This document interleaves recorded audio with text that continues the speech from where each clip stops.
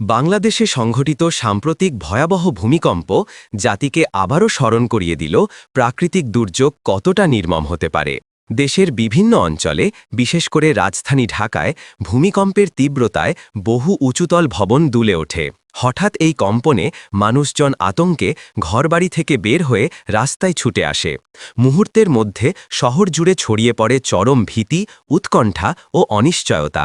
শুধু ঢাকাই নয়, কুমিল্লা, সিলেট, চট্টগ্রাম সহ দেশের বিভিন্ন জেলায় ঘরবাড়ি ধসে পড়া, দেয়াল ফেটে যাওয়া, ভীতসন্ত্রস্ত মানুষের ছোটাছুটি এবং দুর্ঘটনায় হতাহতের খবর পাওয়া যায়।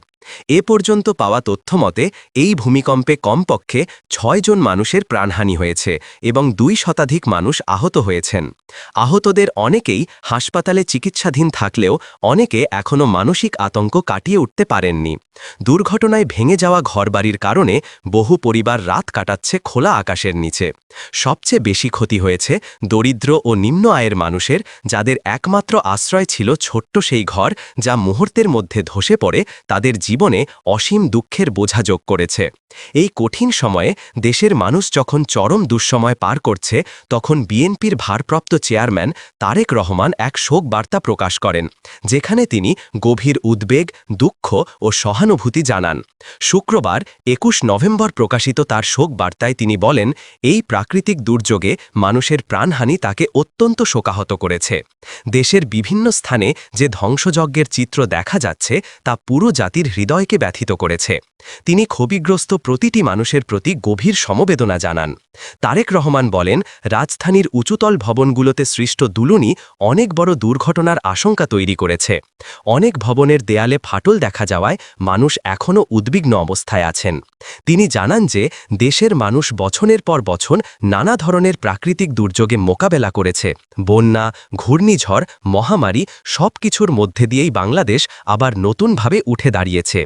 এবারও একই শক্তি, ধৈর্য ও ঐক্য নিয়ে মানুষ এই বিপর্যয় কাটিয়ে উঠবে বলে তিনি দৃঢ়ভাবে বিশ্বাস করেন। শোকবার্তায় তিনি সরকারের প্রস্তুতির প্রসঙ্গও তুলে ধরেন।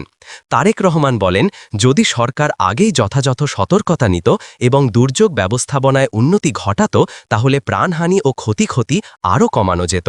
তিনি মনে করিয়ে দেন, দুর্যোগ মোকাবেলায় বৈজ্ঞানিক প্রস্তুতি, নিরাপদ ভবন নির্মাণ, জরুরি উদ্ধার কার্যক্রমের সক্ষমতা বৃদ্ধি এবং জনগণকে সচেতন করা অত্যন্ত জরুরি।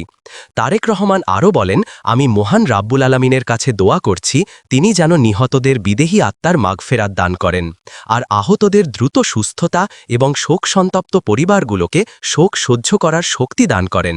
আল্লাহ যেন আমাদের জাতিকে সব ধরনের বিপদ থেকে রক্ষা করেন। তিনি আশ্বাস দেন যে বিএনপি সব সময় ক্ষতিগ্রস্ত মানুষের পাশে ছিল এবং এই দুর্যোগেও থাকবে। তিনি দলীয় নেতাকর্মীদের আহ্বান জানান যে যেখানে আছেন, সক্ষমতার মধ্যে ক্ষতিগ্রস্ত পরিবারগুলোর পাশে দাঁড়াতে, তাদের সহযোগিতা করতে এবং প্রয়োজন অনুযায়ী সহায়তা পৌঁছে দিতে। এছাড়া তিনি দেশের মানুষকে আতঙ্কিত না হয়ে সচেতন থাকার আহ্বান জানান।